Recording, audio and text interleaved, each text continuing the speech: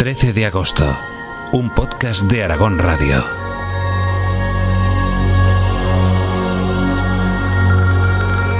Capítulo 2.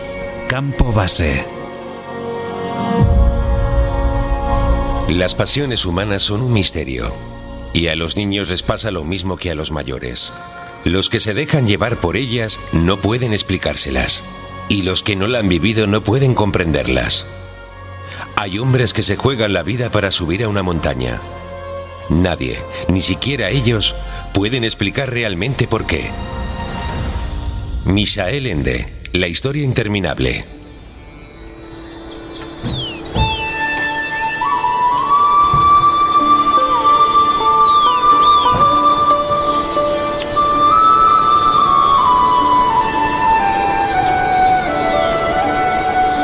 El campo base es un pequeño pueblo, un hogar provisional a 5.000 metros de altitud en el lugar más impresionante del mundo. El campo base del K2 se sitúa en la cola del glaciar de Godwin-Austen. Desde ahí, alzando la vista, se contempla la pirámide perfecta del Chogori. Les rodean algunas de las montañas más altas y bellas de la Tierra: el Broad Peak, el Maserbrum, los Gasserbrum, el Kangri. Sobre el suelo de nieve y roca plantan sus tiendas. Cada uno tiene la suya propia para dormir y mantener un poco la privacidad. Este es uno de los aprendizajes que sacaron de expediciones anteriores, ya que son muchos días de convivencia. En medio clavan la tienda comedor, el punto de reunión. Sobre la puerta de entrada cuelgan los banderines de Peña Guara, Montañeros de Aragón, el Gobierno de Aragón y el Grupo AGB. Al otro lado, en otra tienda, montan la cocina y la despensa. Un poco separada, la tienda ducha. Más allá, en la morrena del glaciar, otras expediciones internacionales montan sus campos y se preparan también para intentar subir al K2. También forman parte de la pequeña familia de la expedición aragonesa el cocinero Abdul, el ayudante de cocina Zadek y el oficial de enlace Ata. El gobierno de Pakistán obliga a las expediciones a tener con ellos un oficial militar que les vigila y controla. Va a ser una presencia incómoda, pero inevitable. Diario de Lorenzo Hortas. 1 de julio. Campo base, 5.000 metros. Por fin hemos llegado al campo base. Hemos salido de Concordia esta mañana con un poco de retraso sobre lo previsto. Se veía el K2 entre las nubes. Estaba impresionante. Hemos pasado por el campo base del Broad Peak y hemos estado un rato con María Ábrego y Josema. Están preparándose para subir al Broad Peak. Han venido con Juanito, que ya está en el campo 2. Al llegar al campo base, Anson, Ortiz y yo hemos pagado a los porteadores mientras los demás llamaban a casa desde el teléfono de los holandeses. Nosotros no hemos podido hacerlo. Espero que mañana sea posible. Me apetece mucho hablar con mis chicas. Hemos empezado a instalar el campo base, las tiendas y la cocina. Mañana habrá que seguir. Son las 9 de la noche. El cielo está estrellado y hace un rato ha empezado a soplar viento. A ver si hemos sujetado bien las tiendas.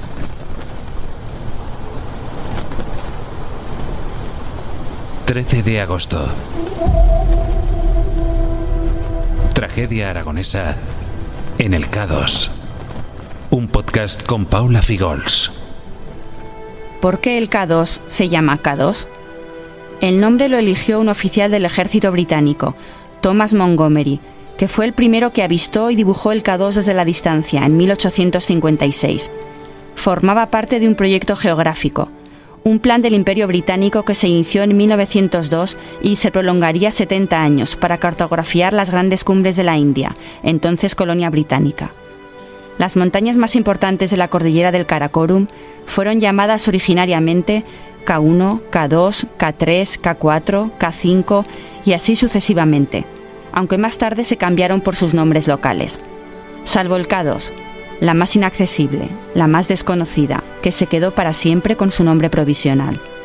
Los baltíes de la zona también le llaman Chogori, la gran montaña.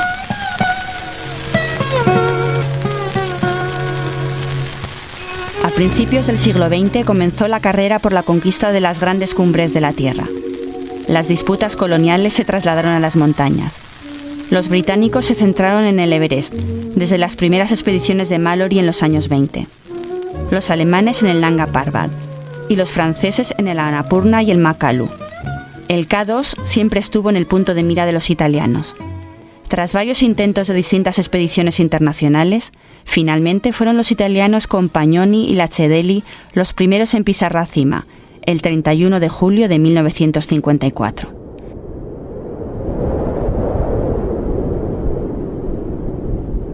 La historia de los españoles en el K2 comenzó a escribirse en 1986. Los primeros que hicieron cima fueron los navarros Mari Ábrego y Josema Casimiro. En 1994 lo consiguieron 2 expediciones vascas. Los aragoneses aspiraban a ser los siguientes. La gloria y la tragedia siempre han ido de la mano. En 1995 apenas un centenar de alpinistas en el mundo habían conseguido llegar a la cima del K2 y cerca de 40 habían muerto en el intento. El último, el español Acho Apellaniz, en agosto de 1994. 30 años después, las expediciones comerciales han restado épica y aventura y han saturado los 8000, aunque estos siguen siendo letales. Hoy, más de 800 alpinistas han hecho cima en el K2 y unos 100 han perdido la vida. En el verano de 1995, nuestros 7 montañeros sienten pronto la cercanía de la muerte. El 5 de julio, un montañero catalán, Jordi Anglès, se despeña y muere bajando del K2, cerca del campo base. Entre todos, ayudan a transportar el cuerpo. Diario de Lorenzo Hortas. 6 de julio, campo base. Hoy estamos todos descansando en el campo base, muy afectados tras lo ocurrido anoche con Jordi. Estaba tan cerca y se cayó en la última ladera. Fuimos a ayudar a los catalanes. Transportamos el cuerpo entre todos y lo dejamos enterrado en la nieve para que no se deteriore. Ahora tienen que hablar con la familia y resolver los trámites de la repatriación. Qué triste todo. Hace unos días llegó aquí con toda la ilusión por escalar el K2 como nosotros, y en un momento, en un mal paso, una vida se va. Este accidente nos ha hecho pensar mucho. Te hace reflexionar sobre los riesgos de la montaña y sobre la situación en la que quedan los que te rodean. Yo he sentido miedo a perder la vida por error o un accidente, y miedo a hacer sufrir a Isabel y a las niñas. En estos momentos todos hacemos firmes propósitos de prudencia, pero hay que reconocer que escalar esta enorme y difícil montaña ya es en sí mismo una gran imprudencia. Las primeras semanas son muy importantes para aclimatarse bien. Aclimatar es adaptar el cuerpo a la altitud y la falta de oxígeno.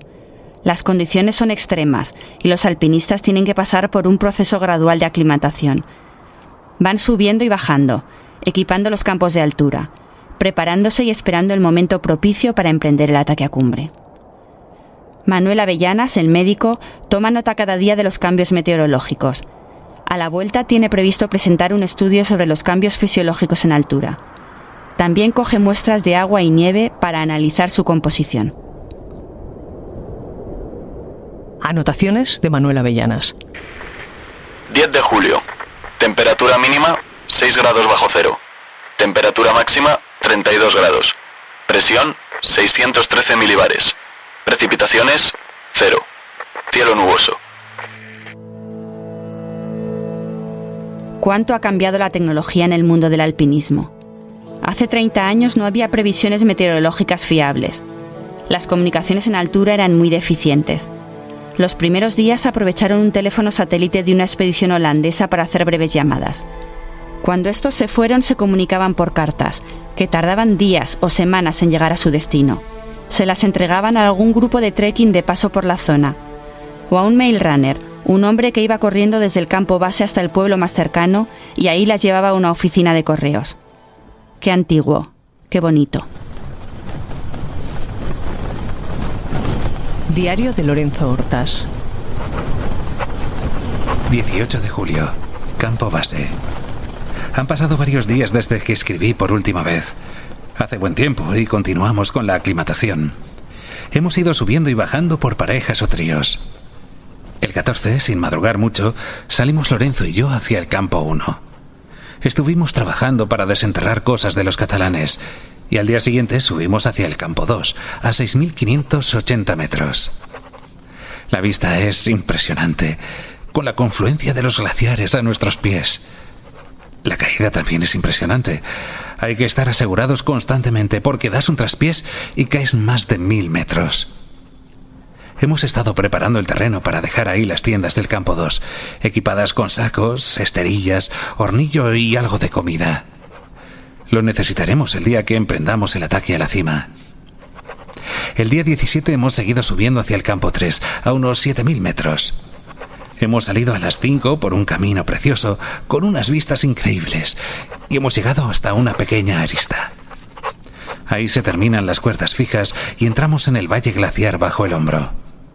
Aunque la intención era dormir aquí, hemos decidido bajar al campo base a descansar. En el 2 estaban Javier, el Flaco y Anson. Ellos estarán un día más en altura y también bajarán. Escribo ya desde el campo base. Hoy, día 18, el tiempo sigue magnífico. Ayer a las 6:30 de la tarde los holandeses hicieron cima. Es la primera de este año. Parte del grupo lo intentará hoy. Lástima que nosotros no estemos todavía en condiciones de atacar la cumbre y aprovechar esta racha de buen tiempo. Estos días está en el campo base el trekking de Maribel. Han venido un grupo desde España. Nos han traído cartas y algún capricho de comida.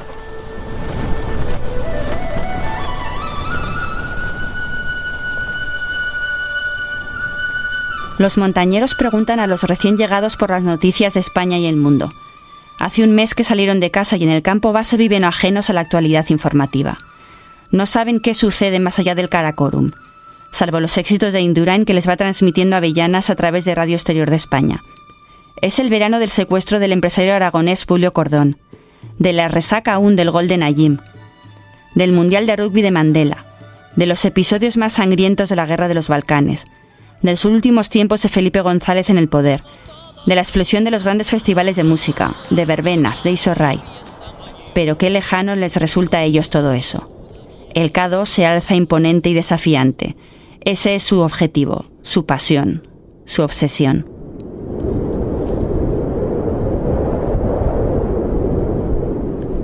Las cartas contienen fragmentos de vida del otro lado de las montañas.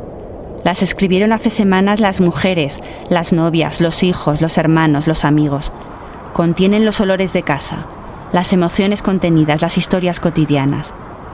Quique, el tercer hijo de Javier, le ha grabado a su padre un cassette tocando la pieza Miñón de Schubert al piano. De mayor quiere ser pianista y escalador, como su padre. Aún no sabe que las dos actividades serán incompatibles. Los dedos finos y delicados de los músicos no pueden exponerse a la dureza de las rocas. Clara y Paloma, las hijas de Lorenzo Hortas, también le hablan a su padre con cintas. Le cuentan el final de curso en el cole y las vacaciones de verano entre Nocito y Huesca. Manuel, el hijo de Avellanas, le manda un dibujo a su padre. Marina le cuenta a su Javito cuánto le echa de menos en Góriz. Son días de mucho trabajo en el refugio. Pasan muchos montañeros y preguntan por él. Javier Olivar tiene postales de sus sobrinos, que lo adoran. Manuel Ansón recibe una carta de su novia desde Huesca y otra de sus padres desde Zaragoza. El americano también tiene una carta y se retira a su tienda a leerla tranquilamente. Las cartas son emocionantes y también dolorosas. Les muestran como en un espejo su otra cara, su otra mitad. Por un lado son ellos, con sus familias, su vida cotidiana en la ciudad, sus amores. Y por otro son ellos, también, ahí arriba, en la montaña, en su mundo de nieve y hielo, de cielos estrellados, de amistad, de retos, de libertad. ¿Cuál es la vida real? ¿Esta o aquella?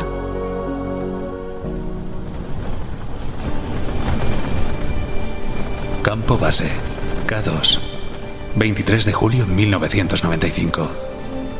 Querida María, ayer hablé contigo por teléfono por última vez desde aquí. A los kiwis, neozelandeses, se les ha estropeado el suyo y no pueden arreglarlo. Y los holandeses, tras haber hecho cumbre, se van pasado mañana. Hoy vamos a llegar a un acuerdo con los kiwis para contratar un mail runner o dos, para que nos puedan llevar correo y papeles para mandar por fax desde Escardú, con el fin de tener informados a los clubs, familias y prensa con la mayor frecuencia posible. Te puedo contar cómo es un día normal de descanso en el campo base, ahora que ya llevamos 23 días aquí. Empieza a haber claridad a eso de las 4:15 de la mañana. Pero hasta que no da el sol en las tiendas, a las 7 menos 10, no empezamos a levantarnos. Suelo ser de los primeros en levantarme, 7:15 de media, sin contar con el cocinero, su ayudante o ata. El americano es el último.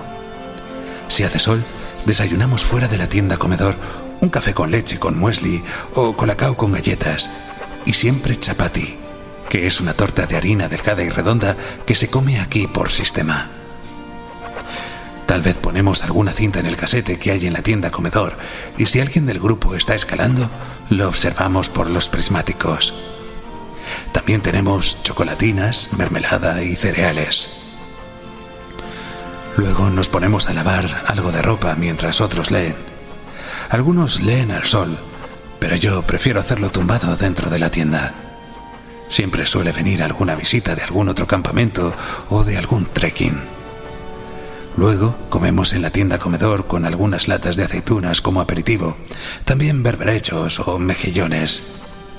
Después, sobre las 2 de la tarde jugamos a las cartas, al guiñote, y luego todos vamos a las tiendas a leer, escuchar música, escribir postales o simplemente a dormir la siesta. A las 3 y a las 4 conseguimos sintonizar con Radio Exterior de España, aunque se escucha muy mal. A las 4:30 se va el sol del campamento y la temperatura baja rápidamente. Hay que cambiarse de ropa o meterse al saco para seguir leyendo. Paseamos un rato por los campamentos vecinos y a las 7 cenamos. Podemos jugar al guiñote a continuación y a las 8:30 empieza a desalojarse el comedor. Normalmente a las 9:15 no queda nadie. Entonces me meto al saco, oigo un poco de música y escribo unas líneas en el diario. Estamos casi aclimatados del todo y pronto nos plantearemos el ataque a la cumbre. Ojalá podamos hacerlo deprisa y adelantar el viaje. Me parece que voy a estar más moreno que tú cuando vuelva. De momento creo que no he adelgazado, pero aún falta un mes. Seguiré comiendo bien, te lo prometo. Tengo un montón de ganas de verte. Te quiero, Manuel.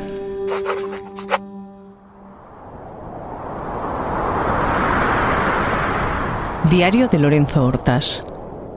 28 de julio, campo base.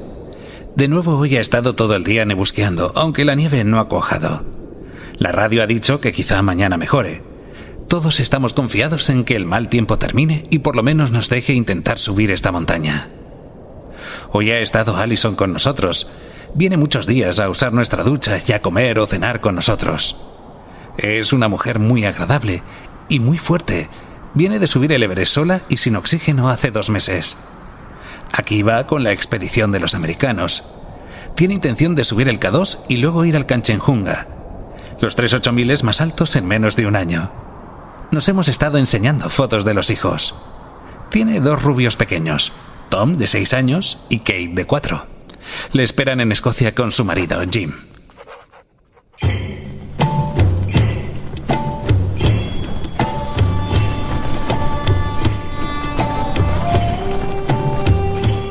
Los días pasan lentos en el campo base.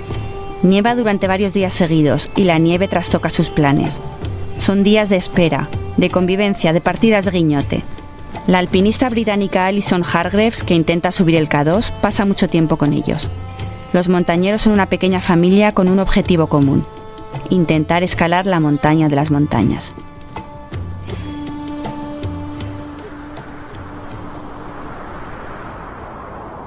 Anotaciones de Manuel Avellanas. 6 de agosto. Temperatura mínima 1 grado bajo cero. Temperatura máxima 22 grados. Presión 617 milibares. Precipitaciones, lluvia.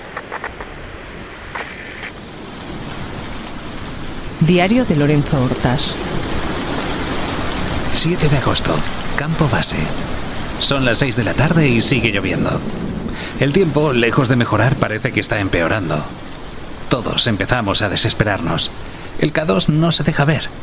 En estos momentos dudamos de si podremos subir a recuperar el material de los campos. En el campo base solo estamos nosotros, los kiwis y 2 americanos, Allison y Robert. Los demás ya se han ido. Sigue sin llegar el Mail Runner y los porteadores con comida que contratamos.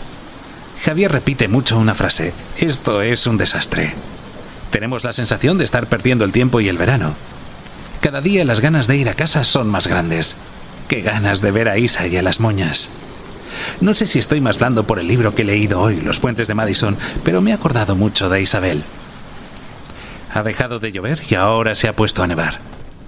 Lorenzo Ortiz ha planteado la posibilidad de quedarnos unos días más para esperar una ventana de buen tiempo, pero la mayoría no disponemos de más días por compromisos familiares y laborales.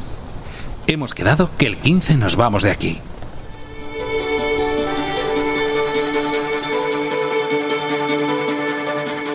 El 9 de agosto por fin amanece despejado.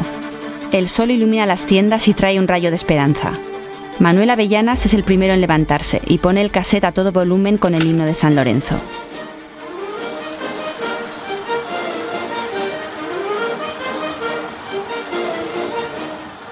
En Huesca empiezan las fiestas. Se ponen camisetas blancas y pañoleta verde al cuello y bailan sobre la morena del glaciar. En la tienda comedor brindan y terminan de hacer los planes. Saldrán esta noche para aprovechar la luna llena y escalar sin calor hasta el campo 2, por la vía Cesen. Intentarán hacer la cumbre en 3 o 4 días. Acuerdan con los neozelandeses que se juntarán en el hombro, a 8.000 metros, junto con el norteamericano Rob Slater y la británica Alison Hargreaves. Pepe escribe un fax y lo manda con un mail runner a Escardú para informar a los clubes y sus familias de los planes. Fax 3474212482. 9 de agosto del 95. Campo base K2. Expedición aragonesa. Hoy, 9 de agosto, ha dejado de nevar. Se aprecia bastante viento en altura. Esta próxima noche salimos hacia la montaña. Después de tantos días de mal tiempo, desconocemos el estado de la nieve, de los campamentos y de la montaña en general. Si es posible, un grupo subirá esta noche abriendo huella hasta el campamento 2. Otro grupo lo subirá, llegando hasta el campamento 3. Al día siguiente, los dos grupos se juntarán en el campamento 4, Hombro. Al día siguiente, 12 de agosto de 1995, se intentará la cumbre. Si no es posible este plan por las condiciones de la montaña o el tiempo, se recogerán los campos y se limpiará la montaña. El día 15 está previsto comenzar el camino de regreso. Estamos todos perfectamente. Esta es la única y última oportunidad de conseguir esta montaña en esta expedición. Un fuerte abrazo para todos y sobre todo para las familias. Supongo que este fax lo recibiréis el 12 de agosto. Lo mandamos con Mail Runner. Felices fiestas de San Lorenzo. Pepe Garcés. 13 de agosto. Un podcast de Aragón Radio. Vamos a charlar un poco con Manuel Ansón, otro de los supervivientes de la tragedia del K2. Entonces era uno de los más jóvenes del grupo, junto con Lorenzo Ortiz, el americano. Hoy tiene 60 años, se acaba de jubilar. Este ha sido su último curso como profesor de inglés en la Escuela de Idiomas de Huesca. Sigue siendo un apasionado de la montaña. Vive en Huesca con su mujer y su hijo. Es tranquilo, reflexivo, serio. Empezó en la montaña de la mano de su padre. Recuerda con emoción las primeras veces. El Moncayo fue su primera montaña, con 5 años, y el Pico del Infierno su primer 3000, con 8.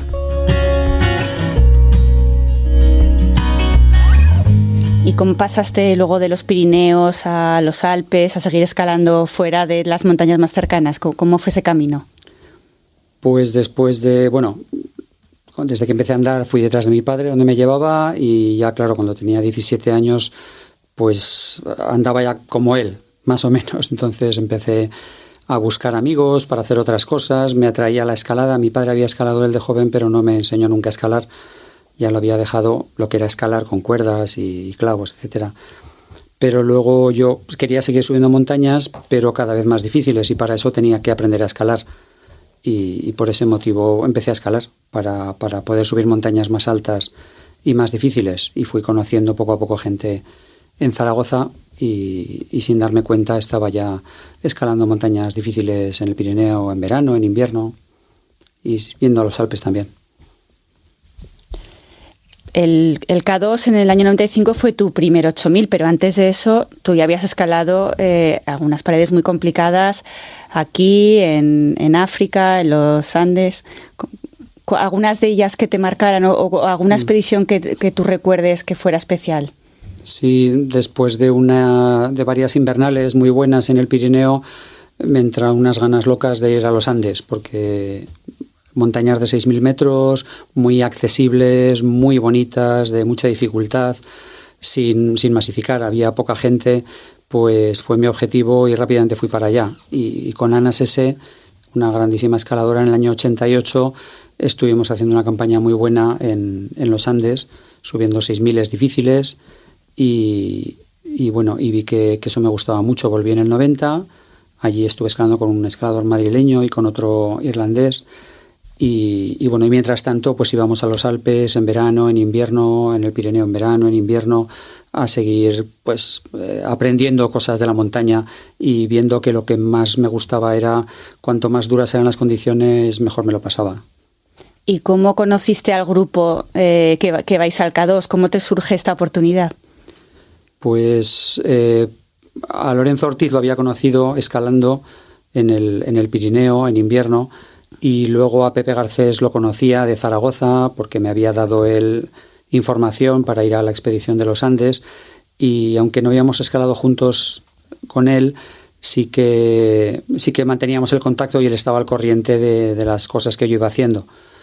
Y fue él el que me lo propuso, la posibilidad de ir al K2, al Himalaya. Finalmente pues era un sueño, era el siguiente paso, no era una actividad que pudiera plantear de forma tan fácil como ir a los Andes, y me pareció una oportunidad excelente. Tuve la ocasión de conocer a Lorenzo, a Javier Escartín y al Flaco, con quien también había escalado en el Pirineo unas circunstancias, y con Víctor García, que habíamos coincidido en el Midi y acabamos escalando las 2 cordas de mi amigo y Javier Olivar y Víctor García.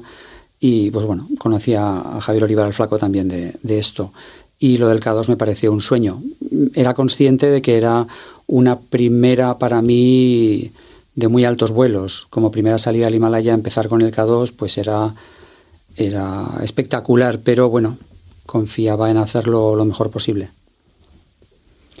Y partís para allá, y una vez que llegáis al campo base, casi 2 meses de convivencia en el campo base. ¿Cómo es la vida allí? Los 7 montañeros, todos los días de convivencia, de aclimatación, de ir ascendiendo poco a poco. ¿Cómo es? Pues estábamos todos ya lo sabíamos hacer, porque aunque yo no había estado tanto tiempo en un campo base, pero en realidad la montaña, ir a los Alpes y estar en Chamonix 2 semanas con periodos de mal tiempo, no es la misma dureza, pero el ser capaz de calmar esas ansias de subir, pues hace falta ser un poco disciplinado. Entonces todos los que estábamos allí, pues Lorenzo, Javier, ya tenían la experiencia del Himalaya y de ser pacientes, y los demás lo sabíamos de una manera o de otra. Entonces pues era un grupo muy bien avenido, y aunque no habíamos coincidido en el Himalaya antes, pero funcionó muy bien, como te ha comentado Lorenzo antes. Sí que sabíamos todos lo que teníamos que hacer para hacer funcionar la expedición y que el grupo marchara adelante, todos estando dispuestos a hacer lo que pudiéramos en todo momento, y funcionó muy bien la convivencia, no fue ningún problema. Hablabas de la paciencia. ¿Se hizo larga la espera hasta que por fin el 9 de agosto pudisteis emprender el ataque a cumbre? Sí, supongo que sí. Quiero decir, desde luego para mí sí. Yo creo que para todos también, porque pues todos tenemos vida además de la montaña, y deseamos, cuando estás aquí te quieres ir a las montañas y dejar a la familia, pero cuando estás en las montañas echas de menos a la familia. Entonces es una dicotomía constante y nunca estás completamente satisfecho en ningún sitio. Pero pues la ambición del grupo de subir al K2 te mantiene allí, pues eso, empujando y aguantando y teniendo paciencia y esperando a que avance todo.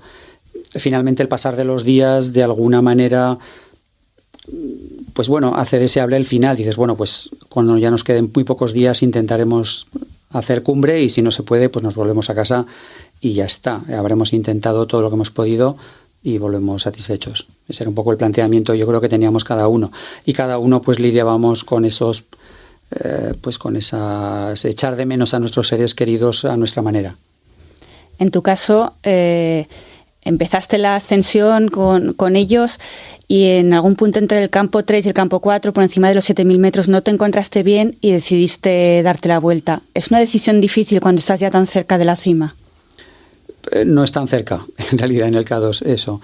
En mi caso, en esta expedición no me había ocurrido nunca, pero tuve problemas aclimatando. Al llegar al campo base llegué bien, como todos, muy bien. Empezamos a hacer las subidas hacia la montaña para colocar campos y poner cuerda en algún sitio donde faltara. Y yo empecé a encontrarme mal físicamente a partir del tercer día y no sabía a qué atribuirlo porque siempre había aclimatado bien en los Alpes, en los Andes, incluso muy bien y muy rápido. Y aquí estaba un poco desconcertado porque mientras mis compañeros continuaban con la fase de aclimatación, yo tenía que bajarme antes de llegar donde habían llegado ellos. Entonces me iba dando cuenta de que estaba perdiendo un poco el tren. Recuerdo alguna conversación con algún alpinista conocido de otro campo base y me decían que tuviera paciencia, que no forzara y bueno, finalmente al cabo de varias semanas retomé y me empecé a encontrar bien otra vez, pero ya mis compañeros estaban más aclimatados. No obstante, para el ataque a cumbre pues salí con todos ellos, salí con Javier Escartín y con Lorenzo Horta, salimos del campo base y bueno, llegamos hasta el campo a 7.200 y ahí ya me encontraba bien, aunque yo sabía en mi foro interno que no iba igual de fuerte que ellos por haber perdido esos días de aclimatación. Y cuando subimos hacia el hombro, llegó un momento en que yo me notaba más lento claramente que mis compañeros y cuando Lorenzo Ortiz me alcanzó, él era el que iba el último, le comuniqué mi decisión de darme la vuelta. Y no es duro, quiero decir, en realidad en la montaña hay que tomar decisiones muy importantes siempre, de seguir o no seguir, que siga el compañero, que siga o darte la vuelta directamente. Entonces estás acostumbrado a tomar decisiones importantes y yo vi que no podía seguir a mis compañeros, entonces sentí que no sería más que un estorbo si seguía con ellos, porque sabía que, bueno, yo no sabía cómo iba a reaccionar mi cuerpo más arriba, pero me encontraba mal. Entonces dije, bueno, no me encuentro como ellos, me quito del medio y que sigan sin mi lastre y me quito del medio. Hablé por la radio con ellos al día siguiente y les pareció bien y me bajé. Bajaste al campo base y desde ahí con Manuel Avellanas vivisteis el 13 de agosto como vuestros compañeros hicieron cima primero y luego la tragedia después. ¿Cómo vivisteis esos momentos tan importantes desde el campo base comunicando a través de la radio? ¿Cómo fueron? Pues yo siempre había estado escalando en realidad, entonces estar de espectador me resultaba muy muy extraño porque yo no estaba tomando decisiones, yo no estaba asumiendo los riesgos, estaba abajo, entonces me resultaba muy muy raro el hablar por radio con ellos mientras ellos estaban donde yo hubiera querido estar y no sabía muy bien cómo reaccionar. Hacía muchísimo viento en el campo base y era sorprendente que ellos no tuvieran viento por arriba. Entonces, pues bueno, tienes que fiarte de que ellos tomen las decisiones buenas cuando estaban subiendo hacia cumbre, porque son los que están... Siempre el que va primero en una cordada es el que tiene que tomar la decisión de seguir o darse la vuelta. Y bueno, entonces yo pensé que sería la decisión buena porque la habían tomado. Iban 6 subiendo y desde el campo base, claro, el no poder estar en el ajo, pues te crea una sensación un poco agridulce. Por un lado contento de que van subiendo, por otro lado molesto por no estar allí tomando decisiones y contribuyendo a subir. Y efectivamente pues se les estaba costando muchísimo subir y eso pues con un poco de angustia porque cada vez que llaman crees que están ya más arriba y no estaban tan arriba ninguna de las veces. Entonces ves que el ir tan despacio es un problema. Pero siempre piensas que las decisiones serán las correctas. Mientras tanto seguía haciendo mucho viento abajo, ellos seguían sin tener viento y seguían pasando las horas hasta que se hizo. Y luego al día siguiente fuisteis espectadores desde el campo base del dramático descenso de Pepe y Lorenzo. ¿Vosotros desde abajo cómo lo vivíais? Pues la noche de cumbre pues fue angustiosa porque desde que hicieron cumbre el viento en el hombro que soplaba fortísimo donde estaban Lorenzo y Pepe era era muy fuerte y ya supusimos que les habría llegado el viento a la cumbre, porque parecía que iba envolviendo la montaña, se veían los perfiles de la montaña todos difuminados, no había nubes, pero el terrible vendaval, el terrible huracán de viento que azotaba la montaña, pues haría que no pudieran tener visibilidad. Y cuando se hizo la noche y hablamos, que ya no me acuerdo muy bien si con Lorenzo y Pepe, debe ser una noche angustiosa. En el campo base fue angustioso porque el viento se nos llevaba a las tiendas, a 3.000 metros más abajo. Entonces no podíamos ni imaginarnos, Manolo Avellanas y yo, de qué es lo que sería de estar en el hombro. Y ya casi das por, pues eso, no estábamos como Lorenzo y Pepe luchando por nuestra supervivencia, pero estábamos aguantando el campo base para que no saliera volando todo.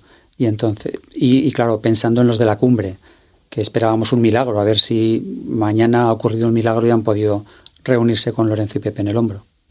Y luego por la mañana, pues empezaron a bajar Lorenzo y Pepe en cuanto hubo un poco de luz y sol, y vimos que uno de ellos, ya no me acuerdo por qué sabíamos que era Pepe, bajaba por el camino de subida muy bien, muy rápido, muy directo y a buen ritmo.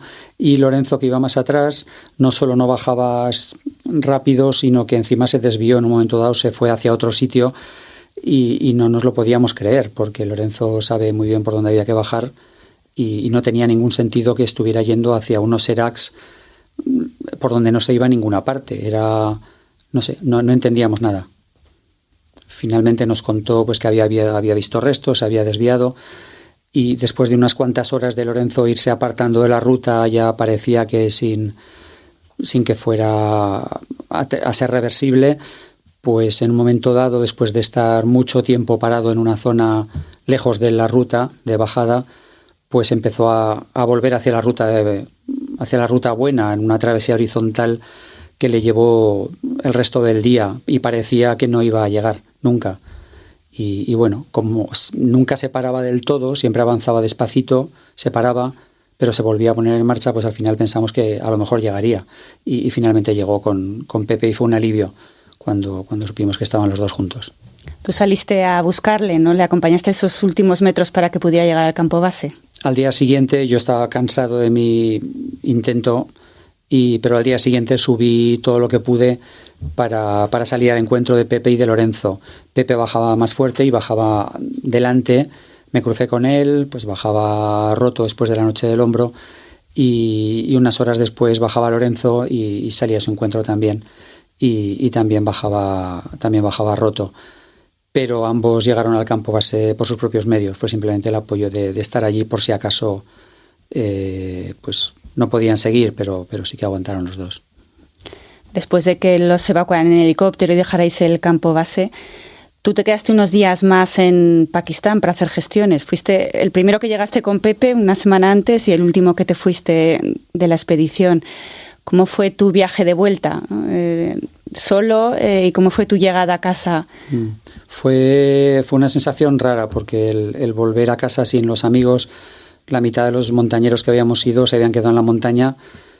Luego Lorenzo y Pepe yo los dejé en el campo base. Yo me tuve que volver con los porteadores, con todo el equipo que teníamos en el campo base, y Lorenzo y Pepe con Manuel Avellanas se quedaron esperando el helicóptero que no llegaba, pero yo me tuve que ir. Una semana de andar cuesta abajo con todas las cargas y los porteadores que nos ayudaban a llevar el peso y con una sensación de desolación enorme porque no podía hacer nada más que pues llevar, alguien tenía que hacerlo, entonces yo era el que tenía que hacerlo y no pasa nada, pues lo haces y ya está. Pero sí que fue triste el bajar solo porque con los porteadores no podía hablar de nada, pues bueno.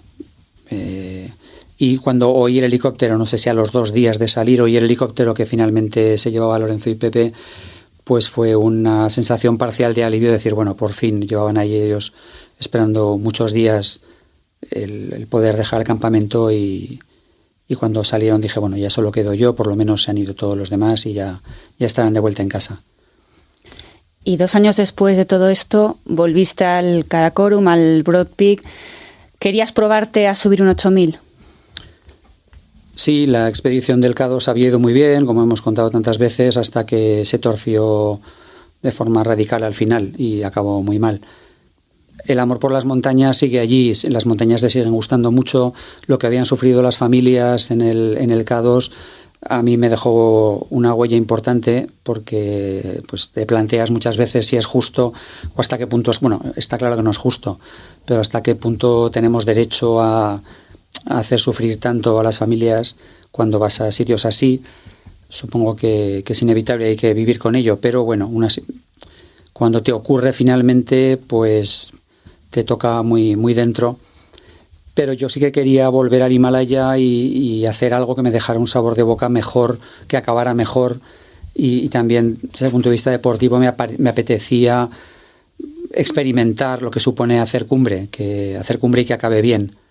Y efectivamente pues fui por allí con un grupo de amigos de Zaragoza con los que llevaba escalando muchos años y a quienes también les gustaba muchísimo la montaña, y bueno, tuvimos la suerte que nos faltó en el K2 y acabamos pues en la cima del Broad Peak, que estaba allí al lado del K2. Fue un poco volver a casa, nuestros amigos estaban allí, habían fallecido 2 años antes. Colocamos una placa de Peñaguara y montañeros en el memorial del K2 y fue un poco pues rendir homenaje de alguna manera a la expedición de 2 años anteriores, y para mí fue satisfactorio el poder hacer cumbre y bajar todos pues sanos y salvo. Tuvimos suerte, pero tuvimos muchísimas precauciones. Pero ya no volviste a hacer grandes expediciones al Himalaya, ¿no? No, ya las expediciones pues decidí que ya me había quedado. Bueno, nunca te quedas satisfecho en la montaña. Es una insatisfacción permanente porque siempre quieres hacer más alto, más lejos, más difícil, y aunque te haces mayor y tienes más responsabilidades familiares, pero eso a mí no se me ha acabado. Yo sigo con las mismas ganas. Lo que pasa es que pues la edad te ayuda a lidiar o a tratar con eso mejor de lo que se puede cuando eres más joven. Pero bueno, con las salidas a los Alpes, al Pirineo en invierno, con amigos, diferentes amigos, pues he ido, pues bueno, satisfaciendo más o menos las ganas de montaña que me siguen quedando. ¿Por qué ese amor por la montaña? ¿Qué es lo que hace que queráis seguir subiendo montañas? Pues es muy difícil de contestar, pero ahora pensando en mis comienzos con mi padre, pues es una cosa entrañable para mí, porque en realidad es como seguir haciendo lo que aprendí a hacer desde muy pequeño. No obstante, las excursiones que hacía con mi padre nunca las valoré como en gran cosa hasta que empecé a escalar y de repente me di cuenta de todo el bagaje que llevaba de montañero que mi padre me había inoculado sin ser consciente. Entonces cuando subo montañas, pues sigo de alguna manera como yendo con mi padre. Es una cosa extraña. Y luego a la vez pues el cuerpo te lo pide. Es algo que cuando tienes esas ganas de batalla, pues la montaña es un escenario maravilloso, porque la soledad, subir montañas cuando estás solo con tu amigo y no hay nadie más, pues es una sensación única. Y pues si la montaña es lejana y alta y muy difícil, pues esa sensación se acrecenta. Entonces, y las decisiones que decía antes, las decisiones que vamos tomando cuando estamos en la montaña no las tomamos en otras situaciones. Entonces el poder ser tan dueño de tu vida, me cuesta sentirlo en otras situaciones diferentes a la montaña, pero realmente es un poco extraño el seguir teniendo estas ganas. Yo lo que más me sorprendió es después de que nació mi hijo, dije, bueno, ahora que ya soy padre ya va a ser distinto. Y la primera salida que hice a los Alpes me sorprendió mucho, pero era lo mismo de siempre. O sea, dije yo, Dios mío, no me va a venir el talento nunca. Pero bueno. ¿Le has transmitido a tu hijo esa pasión por las montañas? Sí, yo creo que sí. La montaña, cuando te gusta algo mucho, sí que es fácil que lo contagies a la gente que te quiere, y de alguna manera pues sí que mi padre lo hizo conmigo, con mis hermanos, y pues yo en cierta medida lo he hecho con mi hijo. Y cuando alguien ve que te apasiona lo que haces, es fácil que la gente se contagie.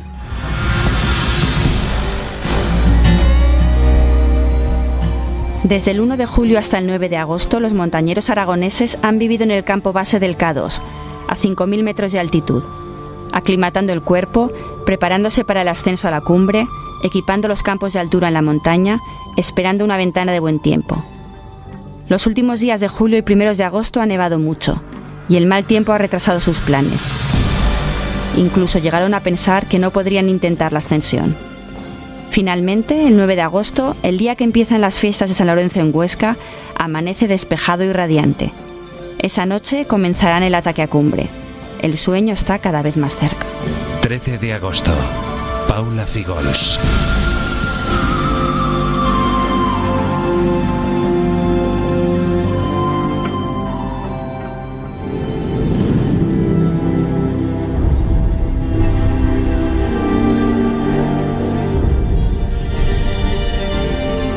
De agosto.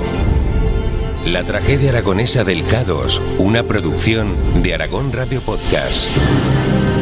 Guión y locución principal, Paula Figols. Creatividad sonora, Carlos Oyarzábal y Vicente Bordonaba. Locución, Rafa Moyano, Vicente Payarés, Eva Castillero, Pablo Naudín y Toño Rebordinos. Grabaciones, Pedro Gros y Óscar Tomás. Diseño y redes sociales, Vicente Payarés. Coordinación y producción, Ana Segura. 13 de agosto, la tragedia aragonesa del K2, un podcast de Aragón Radio basado en el libro 13 de agosto de Paula Figols.